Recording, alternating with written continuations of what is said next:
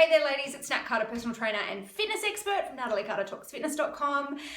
So, tackling binge eating, overcoming binge eating. It sounds so liberating.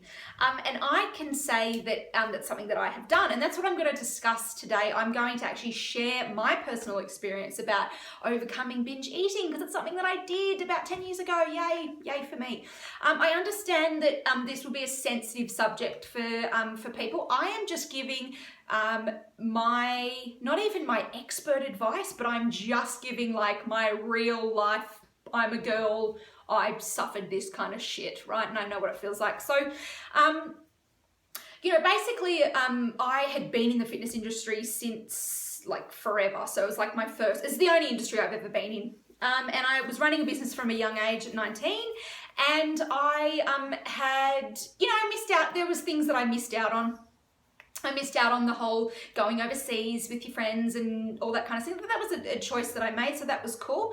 So I kind of was probably about another 5-ish years into my career where I just decided to, just see if the grass was greener and go into the corporate world. And like, it wasn't even real corporate world, but it was, just doing something different that wasn't my day-to-day life. And I really found myself in quite a stressful situation. And on top of that, relationships, etc., friendships, all the things that life can kind of throw at you, they change. And, you change a lot from an 18-year-old to a 25-year-old to a 30-year-old, etc., etc. And it's just a constant shift that you experience through your life. So I guess I was just at a point of like, what am I doing with myself? I had found that I'd, 20 kilos-ish had kind of creeped up. And from the get-go, I had always suffered from self-body kind of issues from a young age. So from about a teenager, I think, dealing with puberty, etc. I was always very sporty, but I loved to eat. I ate a lot. And, because of my parents were always working as well too. They ran a business together. And I just think, there was multiple factors around the reasons that I ate, but a lot of it was, obviously we eat for emotional reasons, and that's, we either eat to really, nourish ourselves, or we just eat because we can eat. So I had dealt with that for a long time.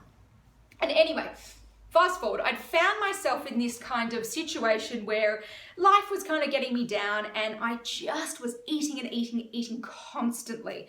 We're talking large volumes, we're talking 5 pieces of cake, we're talking excessive alcohol, all of it. I was just doing it all. I was just having a total kind of, a little bit of a life breakdown, really. So I found myself 20 kilos overweight. I was very unhappy. I was a bit like on the outside, a little Miss Happy, life of the party kind of thing. But inside, it kind of wasn't good. So I found myself, with a lot of time, more time on my hands to think about myself. And because when you sit at a desk, it's like so easy. My day's like usually quite crazy. Anyway, so I had found myself sitting at a desk and just contemplating a lot of stuff. So I realized that the only way I could kind of get over it is if I tackled all the reasons that had got me to this kind of place. So, what I did was I started journaling, and I found that the journaling was like an amazing way for me to just vomit out all my feelings of how I had felt over the years. And it kind of just poured out. It would have probably been a really good songwriter if I had tried. But so what I did was I just constantly went into this journaling mode, and it wouldn't really matter for me if it was like I journaled like just a page, or sometimes I would journal like 10 pages, and it was really cathartic for me. I would recommend that if you found the need to, if you wanted to speak to someone like a psychologist who deals with emotional eating problems, then that's a great thing. I just didn't feel that I needed someone else to help me. It was kind of something that I wanted to conquer myself, so hence why I did it that way. But the journaling for me, I would journal and journal and journal just till I had kind of nothing left. I mean, some people cry. Don't forget, don't get me wrong, I totally had those times where I cried and whatever, but you know, for me, I'm trying to be a tough bitch.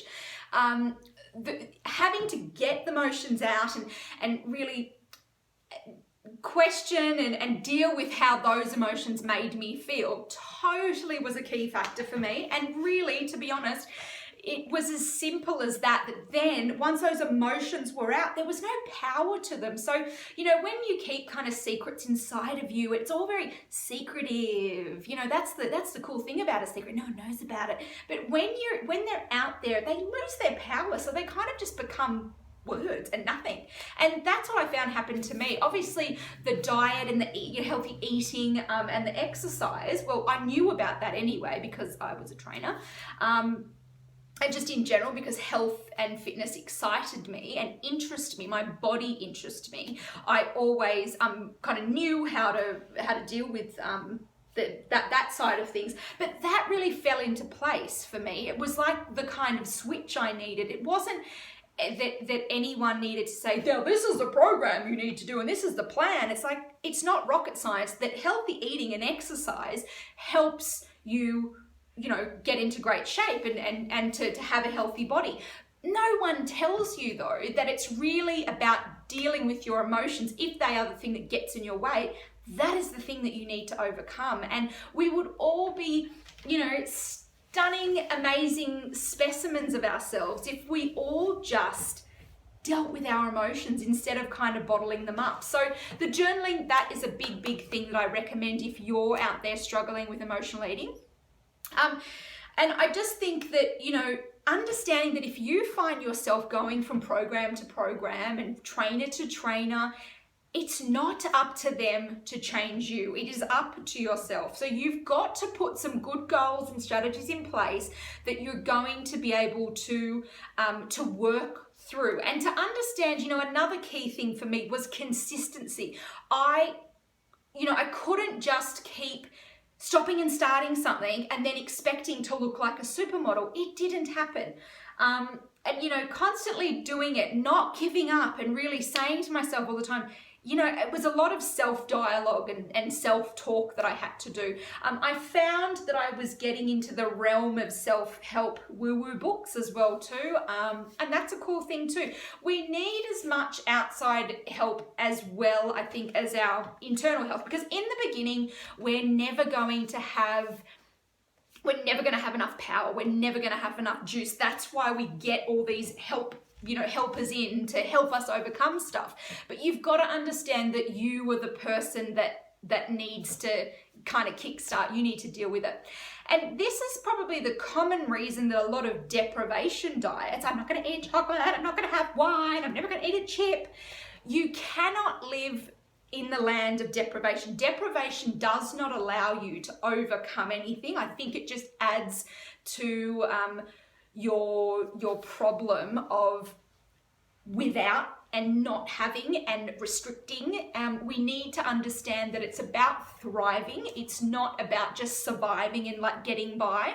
So I think that's my biggest take home was the fact that if I was going to lock myself away from having chips and having chocolate and having this and having that, it wasn't a life that I was going to be happy with, and it wasn't something that I was going to be able to socially interact with people. It also wasn't something that I was going to be able to like pursue with, you know, day-to-day life. Because if you don't have joy and fun in your food, I think it's a little bit sad. I think that it's not a good path to go down. And you only have to speak to people who do these deprivation diets. Within a month, 1 week, 1 hour, they're like stuffing themselves with chocolate. So get down to the nitty gritty of really what is driving that emotional eating for you. And if you can do it yourself, you'll probably save yourself a bit of money.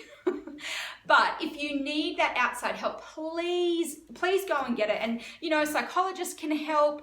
Even, you know, chatting to a friend, if that helps too. But really getting to, you know, to the emotional problems, it's a really great start. You will find that the longevity, I do kind of think back, you know, when I see people with biscuits, like, and they just can't have one biscuit and they have to like eat the whole thing. I remember what that felt like, but I kind of just think, oh God, I'm so glad that I don't have to be in that land. And what I will find myself, don't get me wrong, there's times where I think, oh yeah, I'm gonna eat that and eat this and eat that. But I'm trying to, and it's still a trying to, even after the fact, that I don't want to feel guilty around food. I just don't. I felt guilty around food for like 20-ish years. Why do I want to keep doing that? And I really have to put a stop to people when they say, oh, should you be eating that? You're a trainer, you're a this, shouldn't you be eating carrots all the time or celery or whatever? And it's like, lady or man, whoever you are that's talking to me, please don't judge me on the fact that I'm eating a crunchy or that I'm having a glass of wine or I'm having a cheese plate for dinner. Shut up. That is another really common thing, is you really need to just shut down people's opinions of your food intake and understand, again, like I was telling you about the secrecy of your emotions when you don't tell people. If you don't tell someone how they make you feel when they say X, Y, Z, that's another kind of, bottling down. Oh, that person, she said this, and you need to tell people that it's none of their business, or that thanks for that advice, but this seems to work for me. And I think that when you get into that kind of headspace of one packet of chips is not going to make me fat, 1 hour of exercise is not going to make me skinny. It's that same, understand that you can have these treats in your life and you're not going to blow out. You're definitely not going to blow out. It will, if anything, it will enrich your whole experience and make your whole success rate so much better. So again, look, I'm speaking from experience, like I said, not as a personal trainer, not as a fitness expert, not as Natalie HowToTalksFitness.com, just as myself. And that, that those few things that I've discussed are definitely something that has helped me. So I would love to hear from you. You can you can like privately message me as well too, if that's something you don't want to talk about in front of everyone. I'm more than happy to chat to you. I do also offer online stuff.